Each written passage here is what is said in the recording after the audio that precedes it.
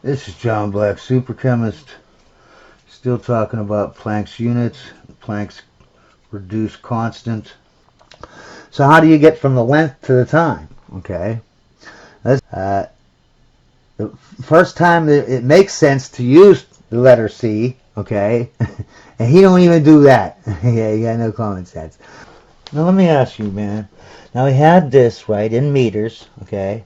I said just take C and divide it into that, right? And you end up with this. You have a 5.390. He has 5.391. Oh, that's the same. We both have 10 to the negative 43rd power. Why would he do all this? Look at it. C to the 5th power. Then he divided it into Planck's constant and big G. Then he square rooted it. But he started out with C to the 5th power. All he had to do was divide this by C and he'd get the same exact answer. I'm just saying this because doesn't that just prove like these people are idiots sometimes? Now look what he does to get these Planck second and Planck distance. He basically takes h bar, right? And the h bar is just the reduced Planck's constant, right, for rads. Anyways, so he just multiplies the h bar by the gravitational constant, right? He ends up with these units, meters per the 5th power and seconds over seconds to the 3rd power. So on the distance, he's got to get rid of the seconds. Seconds is at the 3rd power. So he just he gets C to the 3rd power. And you can see that the units are like this. So that doesn't match up to cancel them out, But that's why he divides by C. See, then the units are inverse, right? So the meters will be down here and the seconds will be up here. The seconds cancel out. The meters cancel out except for 2 of them. So he ends up with meters squared. That's why all of his equations have a square root thing over it, because he always ends up with something to square. So this would get squared down to a meter, and that's what he says is a Planck meter, right, or Planck distance. So on the time, you know what I mean, he still ends up with these units, right? All he wants to do, so just times C to get rid of the meters, right? And the meters are 5th power. So he puts C to the 5th power. Again, he's dividing, so the units are inversed, and the meters cancel out, the seconds cancel out except to seconds squared, and then he's got that square root thing around it, right? So then he goes down to a second. This makes no sense. None. No sense. Okay. Now, how does he get these? Why do I say he get these units for h bar, times gravitational constant? Well, here's h bar, right? It's joule seconds. I take the joule, I make it into Newton meter, right? I take the Newton, I make it into kilogram meter per second squared, right? Now this whole thing is my h bar, okay? What about the gravitational constant, right? Here's the formula for force, right? These are the units they give us online, right? But this don't make any sense, right? So what we do is we go down here, right? We manipulate our formula so G is on one side, right? Now we know force is newtons, R squared is meters, and this mass times mass is kilogram times kilogram, right? Then I take the newtons, I make it into kilogram meter per second squared, and this is my whole thing for G. So now I move it up here. So this is h bar, this is G. I multiply them, and you can see everything cancels out down to this. And that's why I say you get, these are the units you get. All right, so what does he do for the mass and the energy? He does the opposite. He takes h bar, right? And he takes G and divides it into h bar instead of multiplying them, right? And what do you get for units? You get this, kilogram squared, second per meter. Yeah, second per meter. How does he do that? Look down here. Remember, this was joules, right? Joule seconds. and this was the big G, right? This was h bar times big G. You can see down here, this is what we used for the units. I inversed them because you're dividing, so the units will be inversed.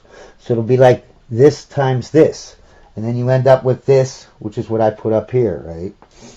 So how did you get mass? You just multiplied it by C. You got a second per meter, right? Just multiply it by meter per second, and look what you end up with. Kilograms squared. Right? He has all of his equations with this square root thing on it. So you have to square root that down to kilograms. Then with the energy, he multiplied it by C to the 5th power, right? That way, when he multiplies, he comes up with this. Kilograms squared, meter to the 4th, and seconds to the 4th. That's actually joules, okay, squared, right? So if you square root joules squared, you end up with joules. And that's how you get the energy, okay? But these energies and mass, it's nonsensical. They don't make any sense, okay? Like what? They're not important in any way, shape, or form, all right? This reminds me of my video series called Relativistic Mass and Energy, because I had to redo this video over and over and over again. This is like my third, fourth attempt now, because as I watch my videos, you know, they don't make sense, okay? There's always some contradiction, all right? Okay, so finally I have no contradictions. I finally get it, okay? This Planck length, right, is the shortest distance we can see. It's the shortest distance we can take a picture of. That's it, right? Look over here. You got, you know, you want to take a picture of this, your wavelength, right, or your cycle, your sine wave, one single sine wave, has to be at least that small or shorter, right? So you want to get a picture of this smaller thing, now you need a smaller sine wave. You want a picture of this smaller thing, you need a smaller sine wave. Smaller, you know, thing here, you need a smaller sine wave to take an actual picture of that object, that thing, right? But, okay, that's all it's saying, okay? That all these equations, right, or all these Planck units, right, they all make sense, okay? But they only make sense with this one thing. It's just describing the smallest thing that you can, the smallest units you can take a picture of. That's it. It doesn't mean that physics breaks down, okay, at the Planck distance, okay? Your ability to take a picture at a Planck distance or Planck time, that's what breaks down. Your ability to take a picture, that breaks down. Okay, not physics, okay? So what are these things saying? What are these things saying, these units here? I'll tell you what they're saying. They're saying at this mass, okay, equals this energy, right? E equals mc squared, okay? And if you have either this mass or this energy, right, in this little tiny area right here, you will create a black hole. Therefore, you can never see anything below this, you know, at this Planck length, right? And it's saying that light travels at c. And so for light to travel across one Planck length takes this long, 10 to the negative 44 seconds, okay? That's all it's saying. It's just saying that at this length, you can't see you can't see that or anything smaller, because you will create a black hole with this amount of mass, okay, stuck into that little area, that little length, right? Or if you have this energy, right, stuck in that little tiny, and that's what we're talking about. We're talking about photons, right? We're talking about energy, right? This mass thing is just an equivalent, okay? You can have an equivalent amount of mass in this length and you'll have a black hole. But it's not really talking about that.